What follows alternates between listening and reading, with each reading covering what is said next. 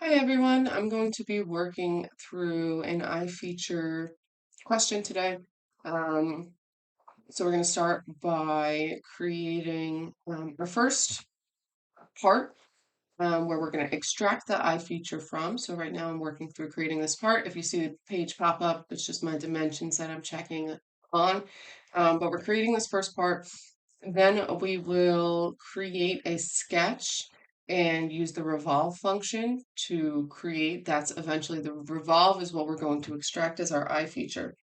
We'll extract that iFeature and then we'll input it into another part. So everything you're seeing right now is just our basic 3D modeling that you should be familiar with at this point.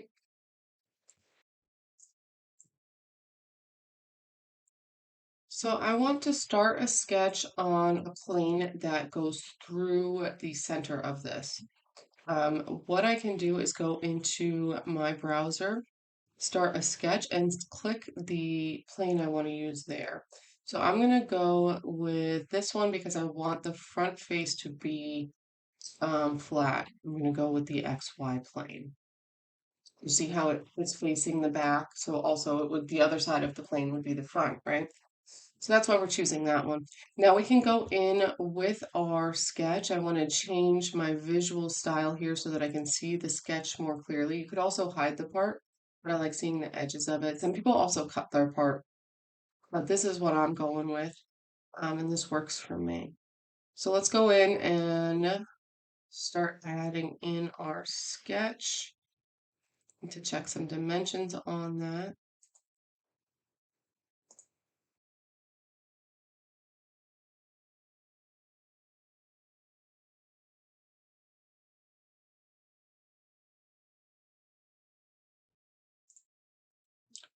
When we are sketching something that we want to use for an iFeature, we have to be extra careful.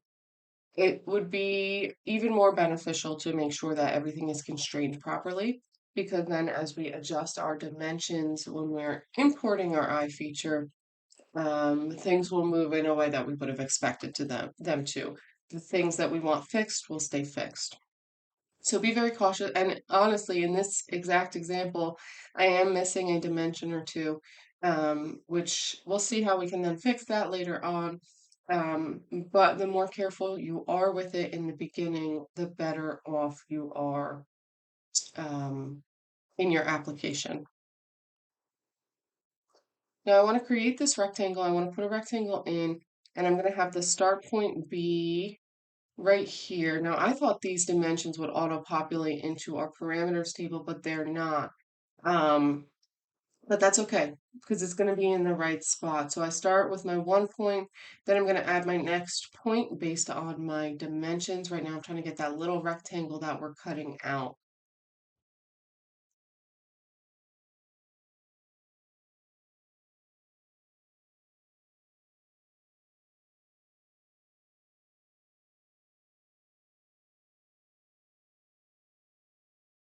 So now we have that area. We're going to want to go in with our revolve tool. First, we want to finish our sketch, but let's take a look at the parameters table to see the parts that we've added. So we see the two dimensions, the 5 and the 8, but I'm not seeing those first two. So let me go back and add those with my dimension tool.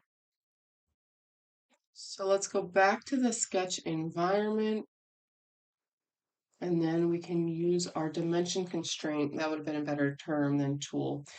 And I'm struggling to get that center point. So let me go add a center point as well.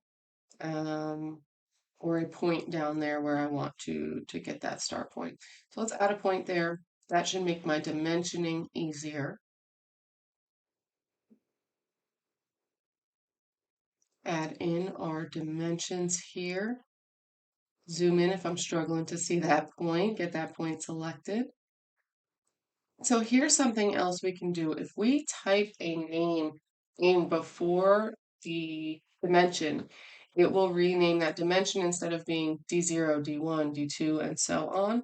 It will name it whatever you set to the left side of the equal sign. And so that might make it a little easier to adjust our parameters later on. You see now in our parameter table, it's showing a different name. We can do that with our existing ones by double clicking on them and then setting it, rewriting that so that we're setting something equal to that value that will rename our variable and adjust it in our parameters table, and also adjust it while we're extracting and inserting our iFeature.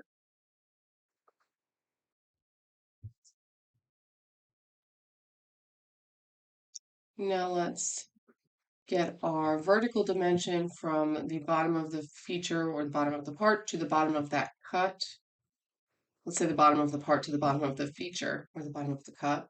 Let's set that dimension. We should then have all of our dimensions needed to finish our sketch and revolve or start our revolve tool. So let's check out that sketch, then let's hit our revolve tool. We're going to select, we have the profile. The axis we want to select now is the axis that goes through the center of our part. So let's look at these axes. Sometimes I have a hard time seeing them when I'm in that feature, so I'm going to close it for a second just so I find the one I need, and it is the y-axis in this case. So I'm going to select the y-axis, and then we can see that that feature is in there. I still am in my wireframe, and I'm glad that I changed that because it's trying to add to my part. So it really wouldn't have made much of a difference. So what we want to do is change that so that it is a cut. We want to be getting rid of material for that revolve.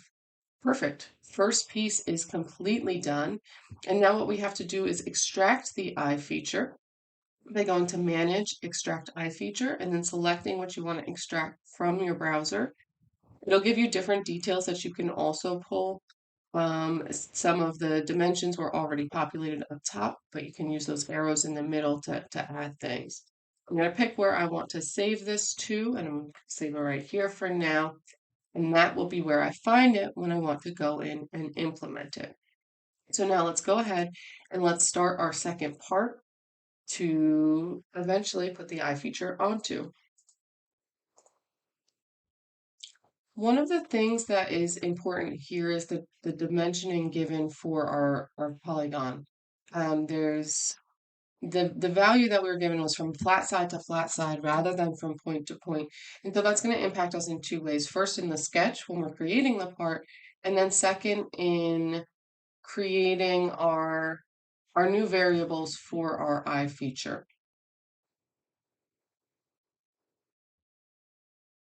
So when I go to create a polygon on the left is where it measures from point to point. You see how I'm dragging at a point right now? So if I were to type a value in, it would give that value by point. If I were to do this option here on the right, it's going to go from flat side to flat side. So if I were to type a value in, it would go from flat side to flat side. If I were to just click, it'll go to whatever size I have at the time. I think I was having issues typing a value. I don't know if it was a number lock thing. But so I just ended up clicking and then going in and adding my dimension via the dimension constraint. Either way, you're going to end up with the same result. So our next step is to extrude our second part, the new part. Let's check that dimension right there, and let's extrude that through its full 150 millimeter length. Okay, now we have our three-dimensional figure. So the next step is going to be applying our iFeature to that and using our iFeature to create a similar feature with slightly changed dimensions. To add the iFeature, to insert the iFeature, we're going to go to Manage, Insert iFeature, and then select the iFeature from wherever you saved it. Once you go to put it in, it's going to give you some information about where you want to put this. You can either add a new plane, which is what I have done in the past, or we can come, if we center our part right, we can come use one of these planes, one of the planes that divide our part evenly between two faces. When we select these planes, we can also get a little visual of what our iFeature will look like when applied. So this is the one that we really want. That's the one that looks the closest to what we were intending. So for this part, again, I'm going to change my visual style so that I can see inside the part a little more clearly. And this is going to help me see my sketch relative to my part.